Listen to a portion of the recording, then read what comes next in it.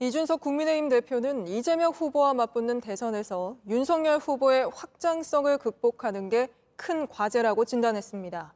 하이에나와 파리떼를 제거해 가벼운 선거대책위원회를 띄워야 한다고도 했는데요. 윤 후보의 캠프에 몰린 많은 인사들은 득표보다는 간표 요인이 많았다며 직격탄을 날리기도 했습니다. 걸어서 인터뷰 전용우 기자입니다. 국민의힘 경선 열차 출발할 즈음 여기서 철길에서 뵀는데 그 과정에 좀 위기도 있었을 법합니다. 위기는 을에 있는 갈등이었다 이렇게 보는데 지금부터가 더 큰 위기입니다. 지난 서울시장 보궐선거 이후에 국민의힘이 선거 전략으로 계속 채택해서 오고 있는 것은 60대 이상의 전통적 지지층에 2030 세대의 신지지층을 결합한 세대포 이론이었거든요. 이번 선거 결과는 조직선거론이 꽤 득세한 그런 결과이죠. 네. 당원 50만 명, 몇십만 명 단위에서 조직선거를 시도할 수는 있지만은 네. 5,500만 국민 대상으로 하는 선거에서 민심에 있어가지고 윤석열 후보가 확장성이 떨어졌던 것을 네. 극복하는 게 큰 과제일 것 같습니다. 홍 후보에 대한 홍준표 대표에 대한 윤석열 후보의 예우가 중요하죠. 홍준표 후보가 실제로 어떤 실무를 맡아 참여하느냐는 큰 변수는 아닐 것이다. 저는 이런 생각을 하고 윤 후보도 지금부터 아마 고비가 몇 번 있을 겁니다. 정치적으로. 그럴 때 자문을 구하고 조언을 구하는 자세로 홍 후보한테 다가서느냐 이런 것들을 사람은 지켜볼 것이지. 선거대책위원회 구성에서 윤석열 후보의 냉정한 접근을 주문했습니다. 제가 선거 과정에서 하이에나를 언급했고요. 김종인 위원장은 파리떼를 언급했습니다. 전직 당대표와 현직 당대표가 어느 지점에 우려를 가지고 있는지 잘 전달받을 필요는 있다. 네. 그런 생각은 하고 네. 하이에나와 파리떼를 언급했을 시점부터 윤석열 후보 캠프가 더 많은 사람이 참여했어요. 윤석열 후보가 냉정해져야 될 시점이 오지 않았나. 그 언급된 동물들, 곤충들보다 지금 더 많은 숫자가 지금 몰려 있다는 거네요. 그렇죠. 냉정하게 지난 2달간의 윤 후보 캠프의 활동 양상을 보면은 표를 얻었던 게 맞나 반표 요인이 될 만한 사람들이 많았나를 냉정하게 평가해야 되는 겁니다. 조직, 직능 본부장 이런 거 하고 싶어 하거든요. 네. 그거 하고 싶어 하는 사람들은 보통 내년 광역자치단체장 선거 나가고 싶어 가지고 자기 선거 준비한 사람들이지 네. 후보에게 도움을 주려고 하는 게 아닙니다. 윤 후보의 다음 주 광주 방문을 화제로 삼았는데 쓴소리가 나왔습니다. 윤 후보 측에서 대표님 같이 동행하시죠라고 제안이 온다면은요? 그날 매우 중요한 선약이 있습니다. 제가 사드 기지 방문하기로 됐거든요. 그러니까 11월 10일 날요. 예. 근데 이런 것들이 먼저 일정 조율을 해야 되는 그런 내용인데 모르겠습니다. 어제 언론 보도를 보면은 제가 같이 가기로 했다고 보도된 것도 있더라고요. 네. 그런데 뭐 저하고는 논의된 바 없습니다.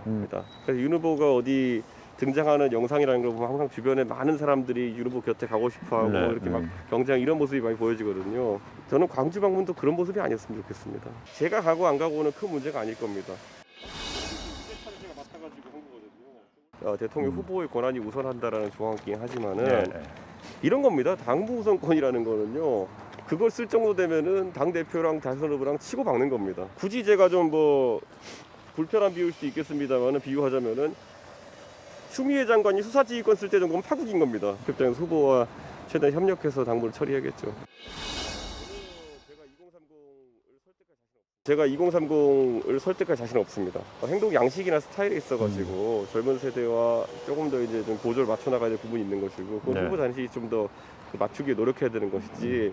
예를 들어 제가 후보랑 어느 행사에 동행한다 이런 것만으로는 표의 확장 효과를 가져오기가 좀 어렵다. 매번 그 응할 수는 없는 상황이라고 해서 일정 자체는 협조하겠지만 예. 그것만으로 저는 젊은 세대의 지지율이 예를 들어 홍준표 후보가 가졌던 2030의 지지율이라든지 제 개혁 방향 이런 걸 지지했던 그 젊은 세대 지지율이 오롯이 그냥 윤석열 후보에 이전되지는 않을 것 같다. 네. 자연스레 중도 확장성을 강조하는 안철수 후보 이슈를 물었습니다. 안철수 후보가 최근에 서울시장 선거 때 젊은 층의 지지를 완전하게 잃어버리게 된 이유는요. 젊은 세대가 싫어하는 행보들을 굉장히 누적해서 했기 때문입니다. 저는 양비론과 청개구리식 그런 관점이라는 거로는 그 젊은 층의 지지를 회복하기 어렵다. 저는 그런 생각을 하고 안철수 대표가 결국 마지막에는 합치지 않으면은 너희는 또 갈라져가 질 것이다. 라는 협박론 비슷한 걸 들고 나온 순간 정치적으로 굉장히 곤란함을 겪게 될 겁니다. 안철수 대표. 본인이 뭐 선거를 하다 접고 대의 명분에 동참하는 것 외에 저는 무슨 교섭이 가능할지. 이준석 대표 본인의 정치 일정도 확인했습니다. 저는 러닝메이트를 가서 청년층의 표심을 끌어와야 된다 이런 당내 압박이 다시 이어진다면요. 우리나라에서 불투표 성향은 보통 일어납니다. 예를 들어 큰 선거의 후보를 지지하면서 그 작은 선거의 후보를 따라 지지하는 경향성. 대선 후보가 변해야지 그 같이 출마하는 사람이 득을 보는 것이지. 제가 출마한다고 해가지고 대통령 후보에게 큰 표의 이전이 있을 거다 이렇게 생각은 안 합니다. 네. 만약에 개인적인 정치적 영달이나 이런 걸 위해서는 원내 가는 것도 좋죠 저는. 그런데 제가 얘기하는 건 선거의 실무를 볼 사람이 아무도 없습니다. 파리와 항해를 갖고 선거를 칠 수가 없어요. 선거 실무에 있어가지고 그런 어떤 공백 이 다 메꿔지면은 제가 고려할 수 있는 정치적 행보지만은 지금 시점에는 전혀 불가능해 보입니다. 실질적인 그 정치의 상징성은 노원병이 다 가지고 있다 이렇게 생각합니다. 대한민국의 대표적으로 그 서민들이 거주하는 지역에서 보수 정당 후보가 당선 못된 지 꽤 됐습니다.